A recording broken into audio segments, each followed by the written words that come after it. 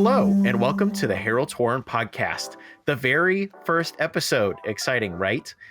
Today, I am joined by Emma and Dan as we talk about the Hasbro and WotC layoffs, what happened this last weekend at Regional Championship Atlanta, and also, we've got our very first recurring segment, Product Watch. All of that and more will be in the first half of the show, and then in the second half of the show, we have our very first interview. This one is with Emma. She stuck over with me to chat a little bit about her, so you can get to know our co-hosts. Look forward to the next couple episodes, which will feature more discussion with our co-hosts, as long as an interview with Dan and then an interview with Lexi. Thanks for listening. Hope you enjoy it. Hello, you are listening to episode number 0 of the Herald's Horn podcast. That's right. This is basically just a trial run, but we are putting it out into the world anyways. My name is Cal Jones, and today I am joined by the wonderful Emma. Say hello, Emma. Hello, Emma. How are you today, Emma? Are you hanging in there? I'm doing good. The weather is terrible because it's England and it's 9 o'clock at night, but I'm doing good. Excellent. Well, that's much better than I'm doing at 3:45 p.m. It's snowing. It's snowing for the first time in December 18th. Not to date the podcast, it's snowing for the first time. I am also joined today by Dan. Say hello, Dan. Howdy, Dan. Okay, so we've established that you're both always going to say hello, Emma, and hello, Dan, right back at me. Dan, how are you today? I'm doing pretty good. I'm just getting over COVID, so I apologize if I sound like a little bit raspy, but I'm on the other side of it now, so doing much better. Did it kind of knock you on your big bahookie?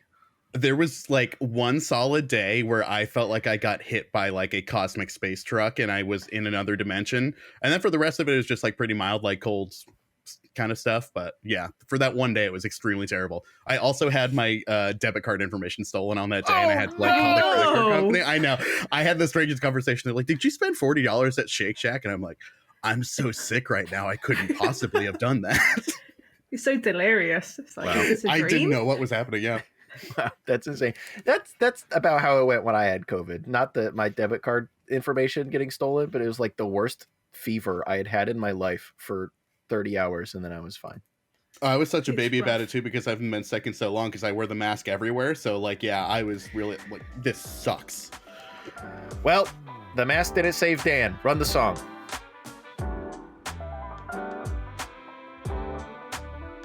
Today, we have a lot of very interesting topics for you. At least I think they're very interesting. They're also kind of sad and frustrating too, which is, of course, a strange spot to be in. And we're going to start off right at the top with the biggest Magic the Gathering news that we've had in a while, and some of the more sad Magic the Gathering news we've had in a while, and that is the Hasbro and Wizards of the Coast layoffs. I've got a little blurb here about it. The Wall Street Journal reported on December 11th that Hasbro is cutting about 1,100 staff positions in addition to the previously announced layoffs earlier this year, which amounted to 800 layoffs.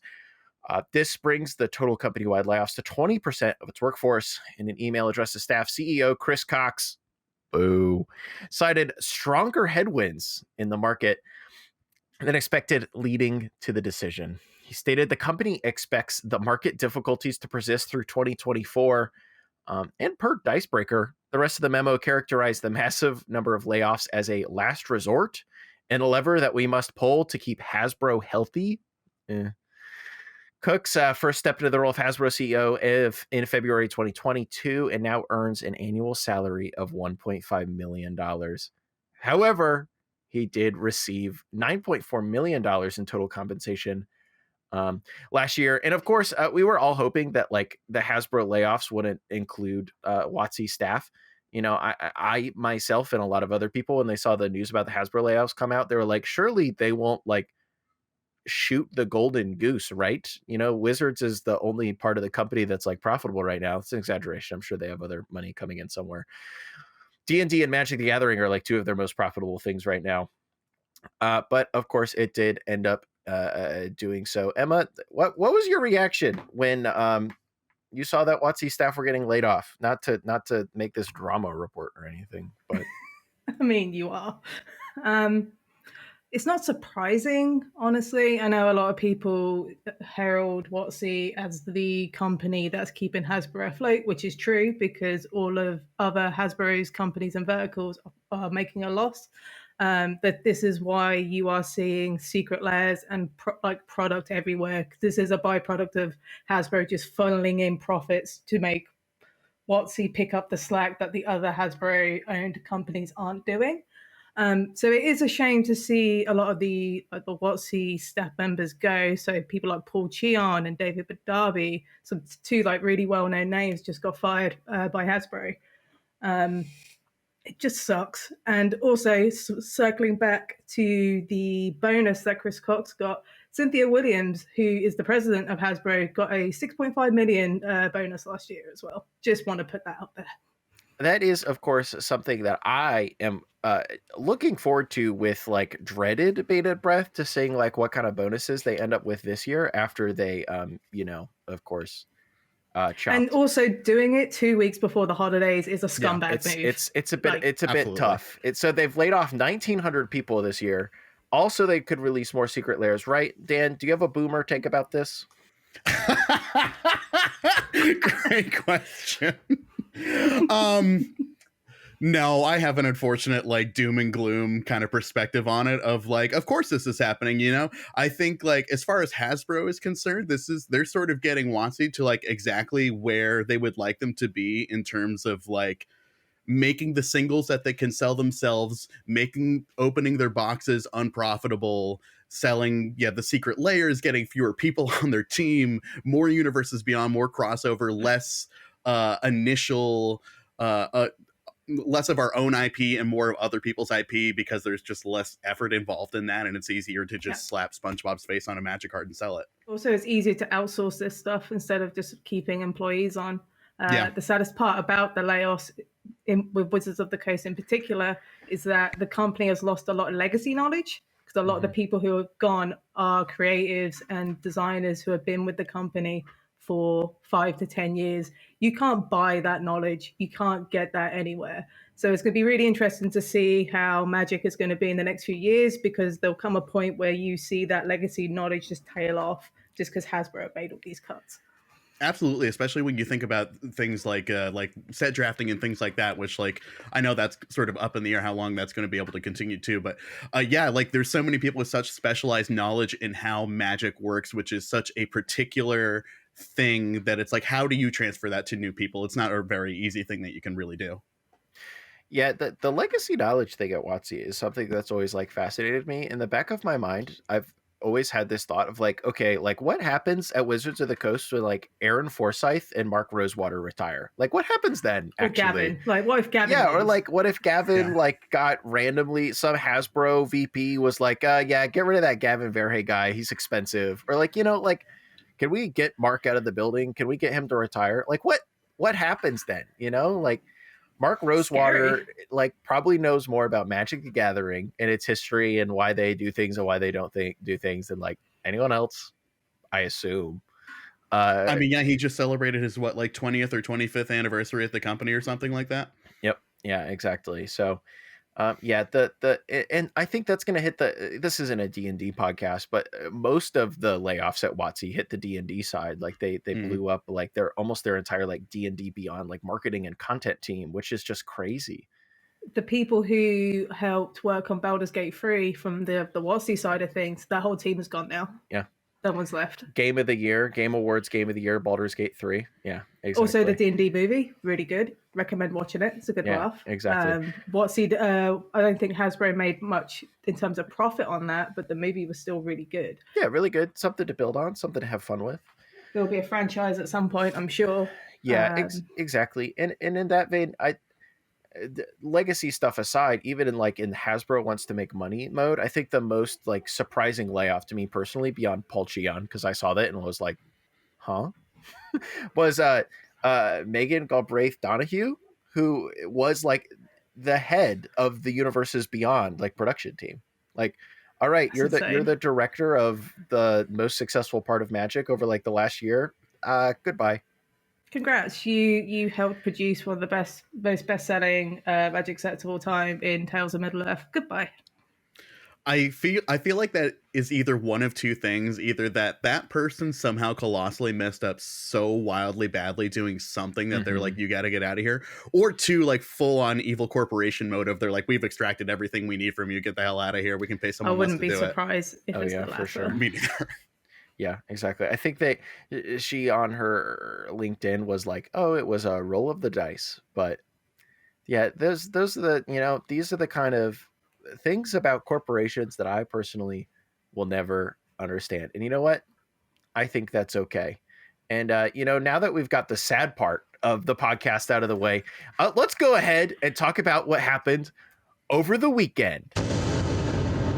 Of course, the big thing that happened this last weekend was the Regional Championship Atlanta. One of the main things that Magic Organized Play now is build up to, the Regional Championships. This is the last one run by DreamHack, and the crowd went wild. This was a pioneer tournament that had like over 1,100 people in it, which is crazy. They nearly could have restaffed Hasbro with how many people were at this Regional Championship tournament in Atlanta. And shockingly enough, it was won by Yorian Control. That's what I heard. Emma? Yep. Azorius Control, basically. Was there 80 cards in it? I didn't look closely enough. Yeah, there was, Oh it was an my Azorius gosh. Control list, which It was is a fun good shout. configuration. Good shout for the weekend. Everyone was going to play Amalia combo, which is like the hottest new deck in Pioneer. Yeah. Rakdos midrange has had a resurgence due to Smuggler's Copter. So with those elements in mind, playing a control deck, once you have an idea of what the field's like, you're in a really good spot. Yeah, I think that's a really interesting part about, control decks. Historically, where they run into problems is like a metagame is too wide open for them to be able to accurately say, oh, here are the things I can target. Here are the spells I want to bring so that I can reliably stay alive, right? But Also, Get Lost got printed, which is the biggest reason to play control at the moment, which is the new white removal spell. Destroy target creature or planeswalker, you make the opponent makes a map token. It's really, really good. Azorius Control has been struggling for good removal, especially in Pioneer, so this just pushes it over the edge. And that removal is also really good against the Amalia combo, which is this creature-focused combo deck.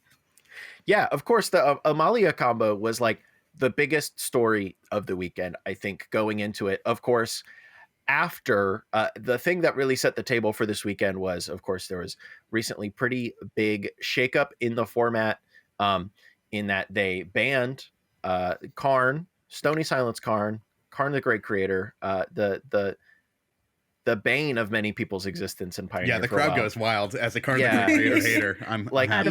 even at by the time they banned it, like Mono Green was like a fine deck and Karn was like a fine card, but everyone was sick of it. It was time for that to go.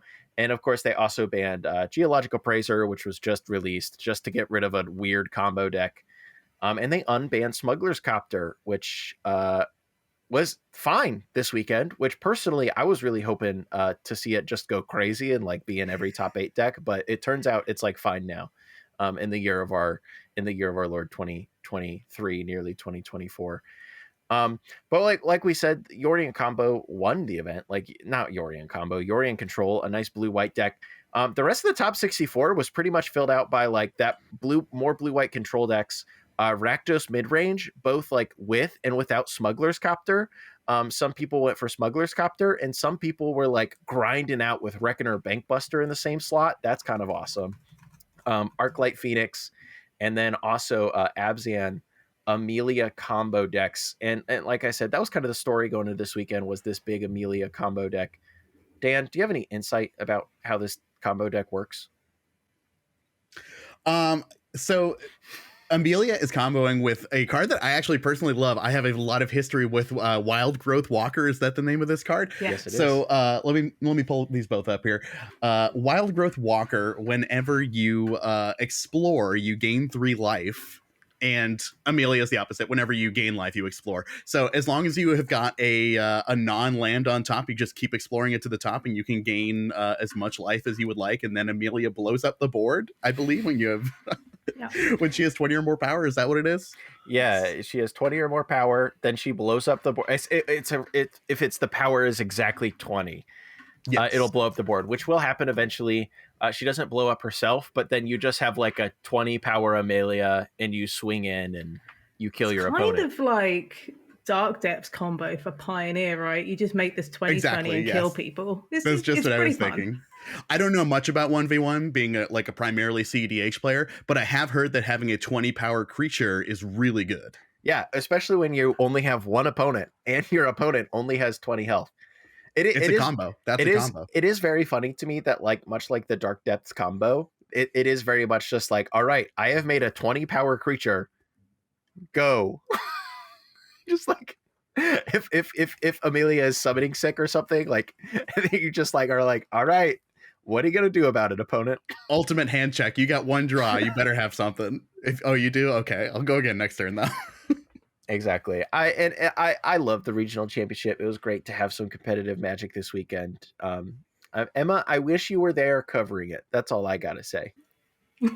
I will say the coverage was very good over the weekend. DreamHack always tend to crush it on the commentating and coverage side of things. It was really just nice to have a weekend where I'm like, oh boy, there's Magic coverage this weekend. I get to watch some Magic. Trying to relive the Grand Prix SCG Open time 5 years ago when we had Magic events every weekend. Yeah, we were real spoiled by being able to watch like SCG or a GP or like swap between the two of them at will every single weekend. And the cheeky NRG in between. Like, yeah, exactly. NRG was a thing then as well.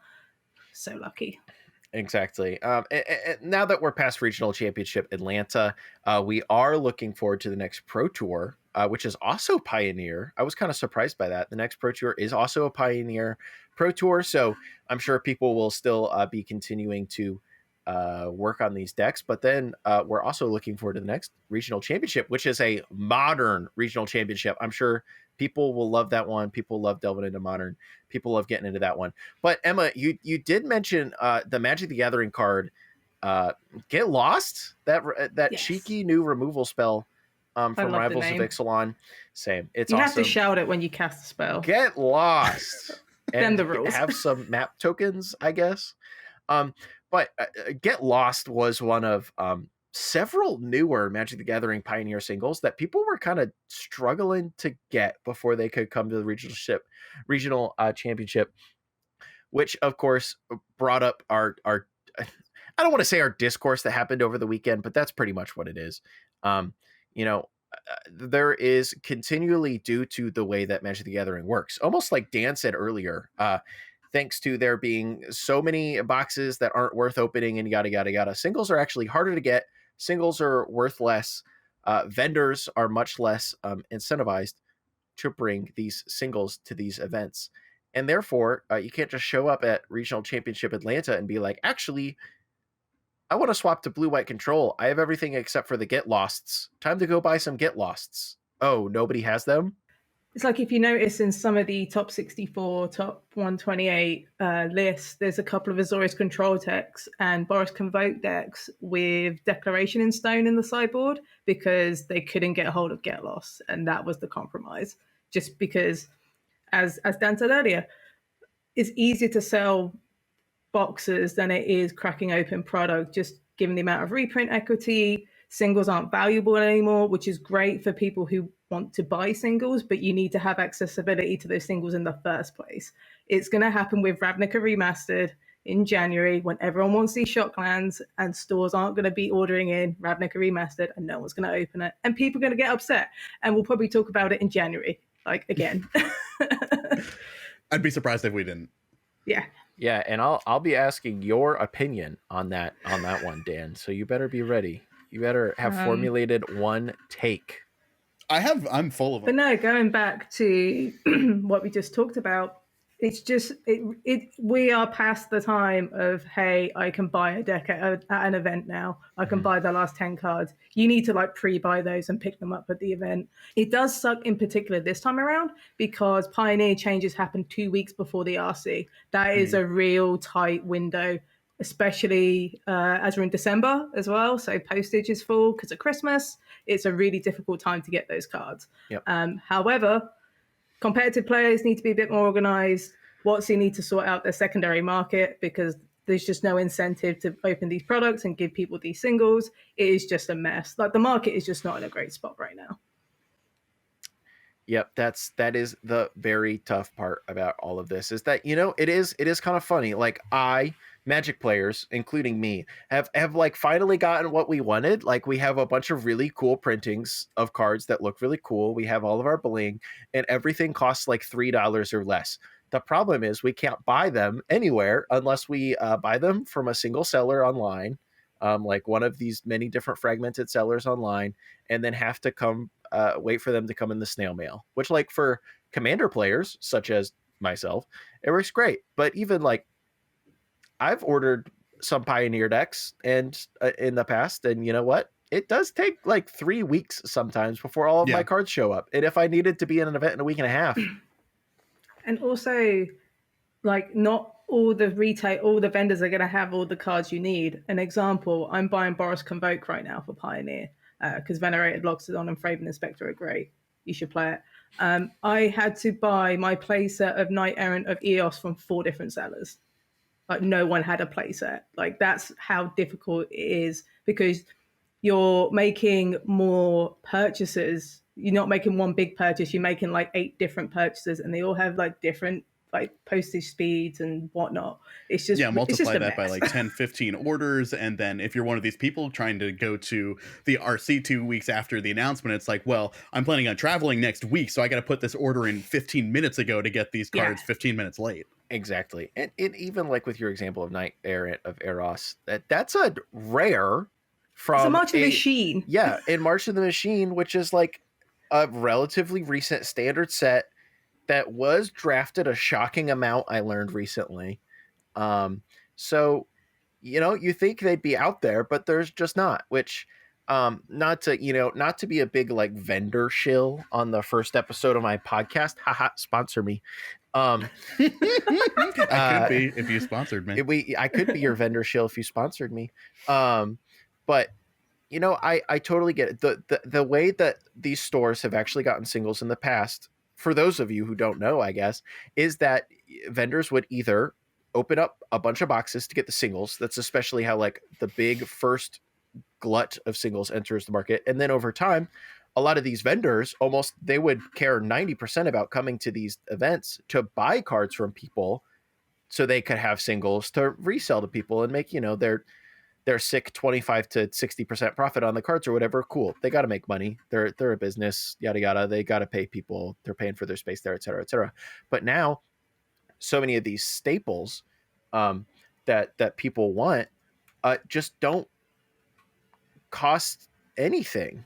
Unless it's Sheldred the Apocalypse. Exactly. Yeah, I was gonna say like a night that's gotta cost what, like 50 cents. These vendors maybe give you a dime for it, like, and then they got to take it back to them to whatever other state they live in the United States. Exactly. A Knight Errant of Eos it would run you, if you were to buy it for TCG Player Low at this time, would be $2, $1.70 ish, and that's there. People aren't going to sell you a Knight Errant of Eos if you say, I'll give you 50-cent store credit for that, man. They're not going to do that. So it stays stuck in people's trade binders and yada yada yada. And unless they're like bulk selling stuff, but you're not Correct, bulk selling standard and Pioneer cards, right? No, right? It's too recent. Unless you're a vendor. Even like I have a local game store that when Wizards said, all right, we're going to push standard again, my local game store said, awesome, we don't have any singles, like standard singles right now, because we just haven't had them for forever. And they were just like, all right, everyone, can we get your standard singles, please? We'll literally give you more credit than we normally would. And they still didn't really get much of anything, because I don't know, it's tough out there. It's all tough to get these products that we need. So what if we had like more of them? What if we had more products? What if we had more? It's time for the product watch. In the product watch, I, Cal, and my lovely associates will quickly tell you about all of the products that have been announced or released in the short time since we last recorded an episode of the Herald's Horn. This week, Since it's the first ever episode, I had to be real selective about what products I was going to choose. And so I got an email when I was in the middle of making the outline for this, and it said, "Hey Cal, did you know that there's like 15 different secret lair things you can buy right now? Don't miss out." And so I have written them down here to tell you about. We've got the Secret Lair Doctor Who Regeneration Secret Lair, which is actually like notably interesting to me because I used to be a big Doctor Who kid, but I'm not going to buy it anyways. It's just like the Doctor Who stuff that they missed in the Doctor Who set, because they've come out with another 2 more Doctors since they made the Doctor Who set just like a month and a half ago. Any Doctor Who fans on the podcast? No, I'm gonna be straight up and tell you that I didn't even know that there were new Doctors in the new secret. That's wild to me. So there's new Doctors, but one of them's David Tennant again, because David Tennant is like the most popular Doctor, so they want people to watch the show. For the record, I'm not a big Doctor Who fan, which is wild because I'm British and it's from my country. It's your cultural heritage, Emma. Right? But I've heard enough about it, like on Twitter and stuff. I assume the TV show happened recently. And I believe there's like 3 or 4 new cards with the new Doctor, companion, another new Doctor, and then like the villain. Yep. That tracks. You can get that all on secretlair.wizards.com right now. See what else you can get on secretlair.wizards.com? I think that's the URL. It's the Secret Lair Superversary drop, which makes up 9 different drops, both with non-foil and foil versions, including a Laura Croft Tomb Raider one for some reason. And even more, that. Dan, I was about to say, Dan is logging on. Dan is about to consume some Secret Lair product live on air. They got me. Even more Jurassic Park cards, besides all the ones they put in the Lost Caverns of Ixalan. Cool. Poggers. Oh, are these the ones that people can't read because they're different colors to the actual mana value? That is correct, Emma. We have some nice green cards that are a solid blue. That was my favorite part. Also Indominus Rex is one of the cards that is like the fake name of the card, which is also one of the real Universes Beyond cards. And if that didn't make sense to you listeners, because it doesn't. Didn't they get like the dinosaur images wrong as well on like one of the magic cards as well? I don't know. That's amazing. They assigned like the wrong dinosaur to the magic card, but the actual magic card printing is correct or something. And I know the bonus card's like a Colossal Dreadmore. I know that much. Like you can get a Jurassic Park Colossal Dreadmore. But I'm almost not mad about that. That's fine. Like we get it. Colossal Dreadmore's a meme, but you can mix and match these 9 different Superversary drop Secret Lairs in 10 different bundles.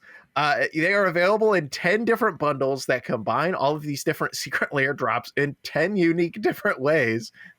2 of them are just buy them all in foil or non-foil. So that's cheating a little bit, I guess. Those are the useful bundles, I think, too, to me. Anyway. Is this the one where you get like the Locust God promo? If you spend, or is that gone? Yes, they're running that again. If you spend over $200, you do get a Locust God promo. If you buy the goodie bag loaded with everything bundle for a mere $500, Jesus, you'll get 1 Locust God. Oh, it's for every $200 spent, you'll get 2 Locust God promotional cards. It does look kind of sick though. I know that I'm like in the minority on this topic on my own podcast. Because I know Dan's a boomer and I know Emma's all about accessibility in Magic the Gathering cards. I love it when my Magic cards just look like freaky piles of words that don't make any sense. I see that and I'm like, oh yeah, give me that Nexus of Fate that's entirely red and has weird wizards on it and you can't read the title nor the mana cost. Put it in my deck. I just want to specify for the listeners at home, I am shaking my head right now.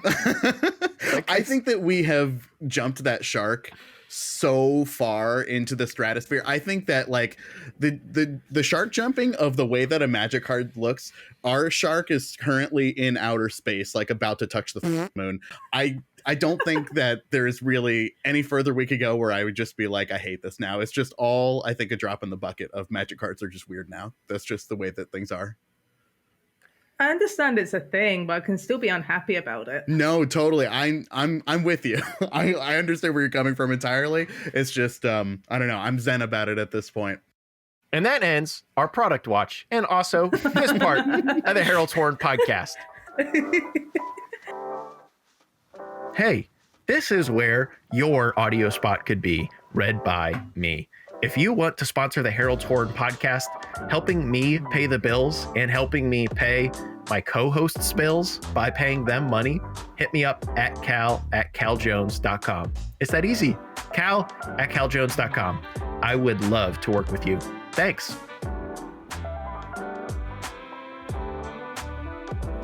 Hello, co-host Emma. Thank you for joining me again, but on the second half of the show. How are you? I already asked you that today. Oh, I'm doing good. Thank you. How are you doing? I'm doing great. I said this off the record earlier, right after we recorded the first half of the podcast, but I am happy that this is finally running. And you get the honor to be the first interview for the podcast as well in the first little series, 3-part series that I'm just going to call Meet the Co-Hosts. This is part 1, Emma Partlow. Emma, just say a little bit about yourself. What do you want the people to know about you right off the bat? When they're coming in and listen to Herald's Horn, what should they know about Emma?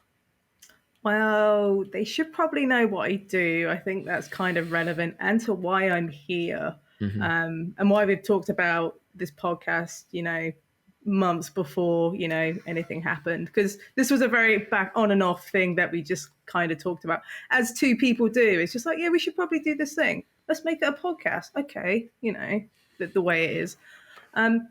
So I am the content manager now. Yeah, let's go content manager for Newest TCG title, Player. content manager. It's it's a new title. It's just better than editor. Yep. I do more than just editing. Definitely now. more representative. Yeah. Yeah. So I'm the content manager for TCG Player. I focus mostly on all, just Magic. I don't talk about any other trading card games. I run a neat little team of writers, one of them being Cal in this case. So we talk about finance, we talk about constructed, we talk about budget, we talk about, Commander. We talk about lots of things. And obviously TCG Player is the biggest marketplace, when it comes to buying cards in the US.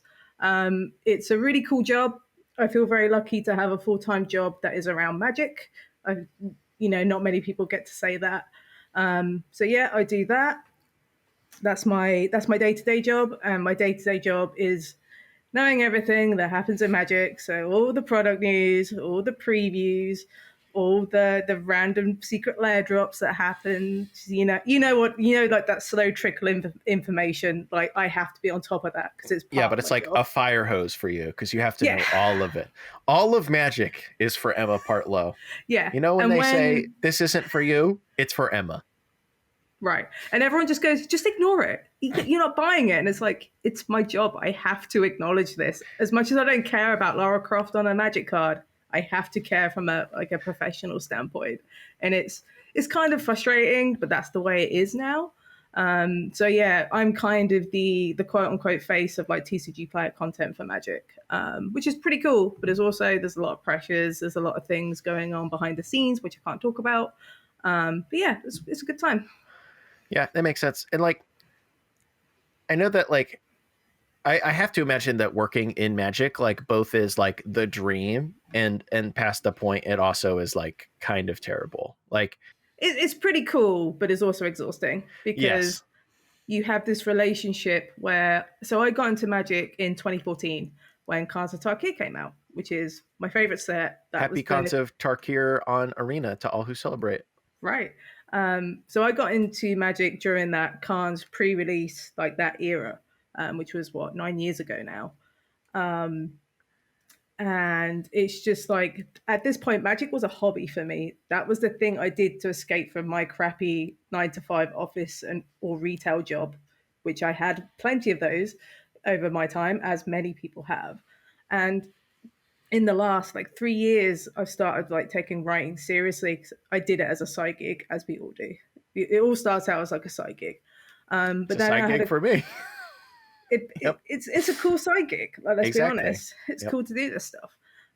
But magic was a hobby for me for like 6 years, and then the second that you earn money from a hobby, it doesn't become a hobby anymore. It becomes a job. And money is a curse in that sense because it just changes your outlook, because there's actual monetary worth. And you think, cool, this could help me pay for my groceries one week. It could help me pay my rent. It can help pay for my electric bills. It can also help me pay for playing Magic. That's what I did for the longest time. I wrote content on the side just to pay for Magic cards. Just put it back into the hobby. But the more I became full time and more responsible, working for TCG Player, it's just a job now. And it is very hard to switch off after like an 8-hour day and go, I'm going to go to F&M. I'm going to play some Magic. And it's like, I can go F&M, play Modern, get Old Faithful, get Mono Green Tron out. I look at my hand and I'm like, I'm still working. Even though I'm not working, it's like I associate Magic cards with my job because I just look at them all day. And it's kind of sad, but that's the sacrifice you have to make. And it's something I think a lot of creators struggle with, and something that isn't talked about enough. I certainly agree. And I know you've actually you've written like an article kind of akin to this in the past, right? Yeah, I wrote, God, that was like 3-ish years ago now. I have to dig it out. But it's like Magic and mental health, content and mental health, how like FOMO, how writer's block, how to manage the thing that you called a hobby is now a job, and like what you need to do to have boundaries. Something that my partner used to say quite a bit, and is still really true now, is like the second a hobby becomes a job, you need to find a new hobby to escape from your job. Like what Magic was the escapism for the job you had before, and that rings true. So I do other things in my spare time that isn't necessarily Magic. I enjoy playing Magic, but it's very much based on vibes. Yeah, that totally makes sense. What is your escape? What are your other hobbies now? But before we talk about all the other hobby ways that you're involved in Magic the Gathering, which we will get to, beyond your job, what are your other hobbies? What do you do? So non-Magic hobbies we're talking about here. So what are you keeping busy with these days? I enjoy baking. Baking's Nice. great.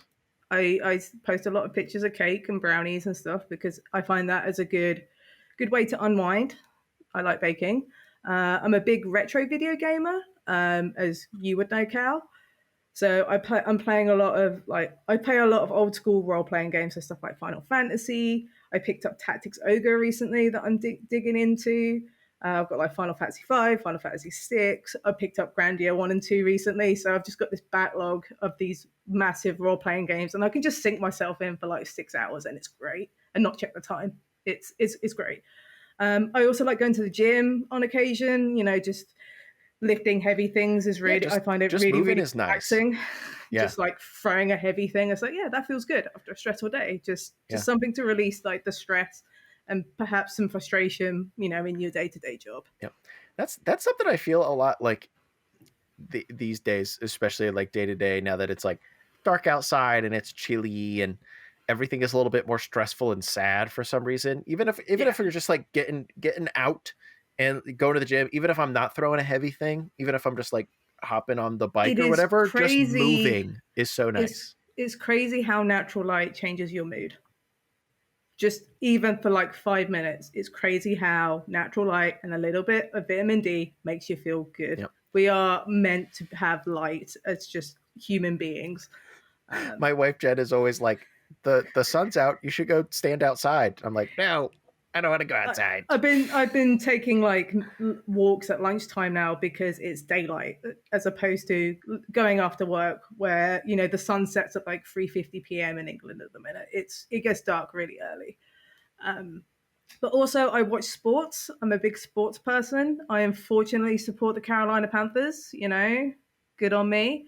And I'm also a big hockey fan. I really love the Carolina Hurricanes. Hockey is the best sport. I'm just going to put that out there. It's like pound for pound the best sport. It's just poorly marketed, which is, I think, a separate conversation at another point. I also am really into sports. Sports is a big hobby of mine. You can't see it, listener, but I've got my Colts, Indianapolis Colts banner behind me. And I live in a big sports city, Columbus, Ohio. We Yeah. have the MLS Cup champs, reigning MLS Cup champs, tied for the third ever 3-time MLS Cup champs. We also have a hockey team. So I have been trying to get into hockey because like the sport appeals to me. I think it would be fun. Columbus has a hockey team. Go Blue Jackets. But Nice. yeah, exactly. But it hasn't clicked with me. So I cheer for the Colts. It's The football is just what's always been easy for me to be into for some reason. right. Football is, I think, American football. So I'm going to say American football Yes. because in the UK Yes, we yes, call yes. what you call soccer, we also call football. Yes, call so I'm just football. gonna Yes. just Make gonna that delineation make for that, sure. yeah. And so with American football, it's really good to watch. However, it's terrible to watch in person. I find it's really, really boring. Yes. Just because not a lot actually happens and it's very stop-start. However, with hockey, it's just blistering pace. Constant. People are Yeah. beating the crap out of each other. One team could be down by 3, but they could also score 4 in the next 5 minutes. And then it's like this really fun game. Like, momentum is just like so huge in hockey and it's just so fast paced. It's just really fun to watch in person. Don't get me wrong, I love both sports. I just find football a little bit dull in person. I think that's like the weird thing about like the two classic quote unquote like American sports at this point, like football and baseball. Like obviously we also have basketball now, which fits into a different mold, but like both football and baseball are like real stop start, like have a beer and watch this sport with the pals. Baseball, But yeah, baseball I find better because you can do that. You can just drink with Yeah, friends. I also exactly. find Just the hang out, baseball yeah. stadiums are designed better for that kind of thing because you Yeah, have it's these awesome. incredible Yeah. like scenery. Like there's like a Roanoke Virginia team. I think they call like the Salem like something like a local team. But the where the ground is like the stadium. There's just you see the Blue Ridge Mountains in the background, and it's just really nice just That's to nice. go there and just drink, and then you get to watch some baseball. Like they deliberately do this, and that makes it more interesting. Whereas with football, you just have these massive towering stadiums that are just very kind of claustrophobic in a sense, and it just doesn't feel as relaxed. And it just like points Same with your basketball. chair down at like the massive football field, but when you're in any seat that isn't $400, the players are itty bitty teeny tiny and you can't see the ball. Right? Yeah, exactly. And plus, like, coverage of NFL is just so good these days. Like, it's just better to watch it on TV or go to a bar and watch it. I love sports. Here's my problem with sports, Emma. My 9-to-5 job is in sports. So Oh, really? I did not know that. Yes, my 9-to-5 job is in sports. So now I write about Magic and like podcast about Magic now. I used to YouTube about Magic and then that got too much, so I stopped doing that. And so like Magic became like my job, but sports is also my job. So I've had to like fall back entirely upon like now like reading and video games are like my I would two defend things your that I have GameCubes left. with your life from Yes. the corporate world. Yes, exactly. Like I have said, you know what I could do? I bet I could like make retro game content. I bet I could like actually I thought about it too. I'm like, yeah, I bet really I want could to do like a do a good podcast where job we just at talk that. about video games. We And have I'm just like, talked no, about Emma. doing that. I know. But no, we just can't. It has to be Everything is content. It's a trap. exactly. Everything and that's the kicker. Like especially like I have made some like I had a little Nintendo TikTok for a while where I pretty much extensively just talked about my GameCubes, and that was kind of fun because I just would say, I could just write a little script, take like 10 minutes to do that, record a little silly video, edit it together. It's like a 45-minute, and it was like a hobby thing, and I left it as a hobby thing. And then when it didn't interest me anymore, I stopped it. And maybe I'll go back to it sometime. But that's a lot more of a healthy relationship than is Money possible, is a curse. I guess. Yeah, I'm not trying. Well, you're not going to make any money on TikTok, so you're never in No. danger of that one. But enough about our jobs. I going back to Magic here a little bit. Go back to Magic here a little bit. I know you do engage in Magic as a hobby quite a bit. In two specific ways, in two quite awesome formats. So let's talk about Cube first. I saw you doing coverage at CubeCon. I know you went to CubeCon. I know you're a big Cube head, and I'm always seeing you post pack one pick ones about your cube on twitter.com. Can you tell me about your cube? And you have a second cube now too, right? I'm working on a second cube. Okay. So let's talk about your first cube. Right. So I have a peasant cube.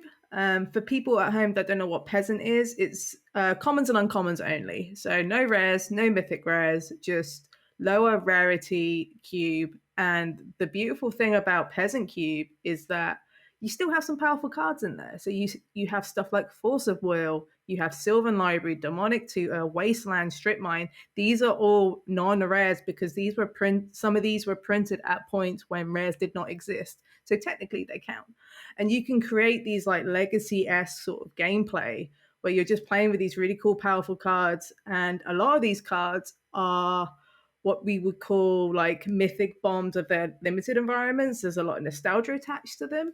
So it just creates this really fun back and forth, very permanent creature focused gameplay because you can't really play like good combo decks in Peasant, which I'm fine with. So yeah, you just have this very like old school limited bread and butter style format, and it's really, really fun. And then the best thing about when people play my cube is like, how is this an uncommon? I've never seen this as an uncommon before, because they see Force of Will and they think it's a mythic because these people came into Magic in the last 4 years. Yeah, when little they saw do you Force of know Will. that was an uncommon for some reason. Right. And people just like, oh my God, like, how is this an uncommon? This should be banned in your cube. And it's like, no, Force of Will is like medium. It's a good spell, but it's not like vintage cube good because the quality of blue spells isn't as good compared to Force of Will. Yeah, it's like a bigger sacrifice to play Force of Will to have cards to pitch to it than it is in other formats. Yeah. And another cool thing that WotC are doing is downshifting a lot of rares into commons and uncommons. So look at Commander Masters that came out in the summer. Like Gonti, Lord of Luxury, is now an uncommon, which is this really fun card. It's really fun in a cube. One of my favorite black cards of all time. Yeah, and it's like that's an uncommon. You've got like Rishkar from Kaladesh Aether Revolt is also an uncommon. Surak from Original Tarkir is also an uncommon. So you've got these really cool, big, splashy legendaries that are now seeing downshifts, and you're making a very powerful format. And I just want to do something that wasn't Vintage Cube. Like, don't get me wrong, I love Vintage Cube. I think Vintage Cube is exhausted in general. And I think it's just really cool that other people do different things and be like, hey, here's my Khan's Tarkir cube. Here's my cube that focuses on Cascade. Here's my cube that's artifacts only. And it's a really good way to express yourself. And I see cube as like a love language to Magic. It's like, what do I love about Magic? I'm going to put it in a box and then I can just open it whenever I want to. I imagine Commander is the same to some people. Oh, yeah, for sure. And of course, I have a tough question to ask you, Emma, about that. All this work you've put into your cube, how often would you say you get to draft your cube? So I've been very lucky recently. So I came back from the US not too long ago. I spent like a couple of months in the States to see my partner and do some like Magic related things. I got to play it a fair bit because obviously CubeCon happened. So I got to play it a little bit there. When I was seeing my partner in Virginia, we got to play it as well with like the group because Roanoke, Virginia is just full of Magic players. So it's really easy to fire off a cube. I took it to New York, where New York has a really good cube scene. So we got to fire it off there. And yeah, it's just like, it's been really easy to fire it off recently, which is really nice. There has been times where I've had to Winston draft the cube, which is like 1v1. It's a very different way to draft. Also quite fun. But no, I've managed to get some reps in and get some play time, especially when CubeCon came around in October. I needed to get like locked down the list like good and proper. Yeah, because you were one of the main event cubes. Right. Random people were playing my cube. I had like Reed Dukes and Caleb Durwell was playing my cube, and it's like, this needs to be like solid. For prizes and glory. Yeah. Like it was wild. And then like, I got a lot of good feedback over the weekend, just like, yeah, this is really fun. Like someone is actually gonna go and build my cube so they can have it for themselves, which is like a huge compliment as well. Very nice. That's awesome. Yeah, I asked that question because I have like owned and maintained my own copy of like the Pauper cube that was originally like Stibbs's creation and now That's is a like really good maintained by the cube. community. Yeah, I've bought and like kept up with the changes and like bought the cards and stuff. But I have not fired it once in that time. But you know, that's just the way that cubes work sometimes. And Yeah. you know, Pauper, you know, commons only. Pauper, a little rough transition here. You know a little bit about Pauper the format as well, the organized play format Pauper, because you are a member of the Pauper Format Panel, the team of Indeed. people that is responsible for now managing the format, right? You guys are like the final say on Pauper. Is that what it is? Yeah, it's so you see it as a little so the best way to put this is like the community the commander advisory group, so like the CAG and the RC. It's a little bit like that. Okay. However, we get more of a say. The RC in this case being Gavin Verhey, who's the WotC guy. He's the head of it all, and the rest of us are kind of like CAG people, but we have a lot more say and a lot more weight in things. Gavin has the final say on a lot of things because he has to talk to WotC, implement these changes, do everything on the internal. But what we say tends to have a lot more weight. But yeah, it's like a really cool thing to do. It's also really stressful because you're curating a format that a lot of people really, really, really like. And I mean, people really are extremely passionate about. Yeah. Right. For multiple reasons. So, and it's been challenging just because due to the cadence of releases, there's so many goddamn commons. You know, we have to look at not only standard sets, we have to look at stuff like Ravnica Remastered as an example. We have to look at Commander Precons. We have to look at Commander Masters. We have to look at pretty much everything that isn't Magic Arena or Secret Lairs. And it's just some stuff's just going to get missed. So you need to have someone or a group of people just to keep watch, basically. Like a good example is Monastery Swiftspear, a card that we banned recently. That got downshifted in Commander Masters. It probably shouldn't have got downshifted in Commander Masters, but we had to address it and had to look at this card and go, yeah, this is too good for Pauper. We need to do something about it. And we just have a cute little Discord in you know, a little channel, a little server, and then we just talk about Pauper every day. That Discord is just constantly going because we're all on different time zones. There's like 3 of us in America. So there's 3 of us in America. I'm in the UK. There's one in Italy. There's one in Japan. And I believe there is one in Brazil as well. Wow. So there's like, we're international. Yeah, just all over. That's awesome. So it's just lots of talking. Lots of people play these events as well. You know, like the Paupergeddons and stuff like that. So we're just getting a lot of feedback, tabletop and Magic Online, which is like the biggest problem because cards aren't always on Magic Online that people play in paper. A problem Legacy also has. Yep. And like, yeah, getting worse and worse specifically because of Universes Beyond, often licensing issues. Yes. Yeah. So it's a fine line. It's super rewarding. It is stressful. We have to look at a lot of data. We have to talk a lot. We have to decide when to do stuff because one thing people don't realize is we get to make announcements as we see fit, as in the panel. We don't go by WotC cadence. Sometimes we will go by WotC cadence if it makes sense. But like you did on the most recent ban, incidentally. Right, because we were planning to ban Swiftspear at this point. We did not know, as in we, sans Gavin Verhey, didn't know there was going to be like a modern and a pioneer update at this point. So we are able to do things as we see fit. The biggest thing for us is just being transparent and very communicative with what we're thinking and the timeline of how we came to that decision. Like we want to be as transparent as hell. Yeah, that makes a whole ton of sense. That makes a ton of sense. And that's tough, you know, and I've talked to other members of the Pauper Format Panel, you know, privately as friends. Yeah, sure. And you too, obviously. And it's a very thankless job, much as I know the rules committee is and the CAG is for Commander and stuff, but you're doing good stuff. I always appreciate the work of the Pauper Format Panel when I get around to playing my one Pauper League of the quarter, Yeah, whenever it's I can fit it in. appreciated.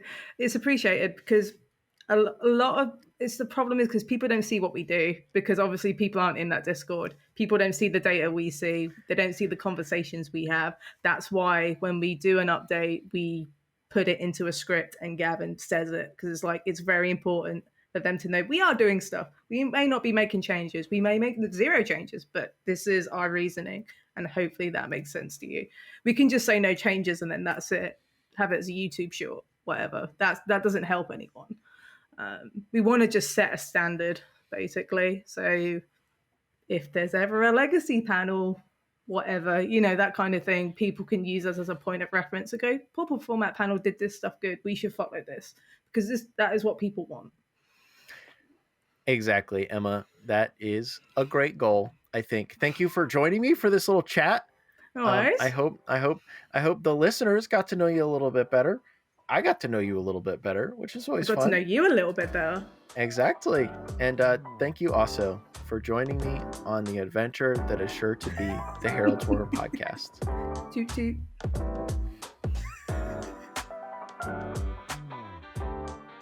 Thank you very much for listening to episode 0 of the Herald Horror Podcast. This was edited, produced, yada, yada, yada, by me, Cal Jones. Special shout out to my co-hosts, Emma, Dan, and Lexi. Obviously, Lexi wasn't able to be here today, but the co-hosts will come and go as they are available depending on the week. Get used to it. If you want to help us pay our bills, both for the podcast and in our real life, reach out to me at cal@caljones.com to sponsor the podcast. You can follow the podcast at Herald's Horn on Twitter. That's the only social media we're on right now because it's the only one I like. Deal with it. Find my social links and the social links of all of our co-hosts in the podcast description. Thanks for listening. We will see you in the new year.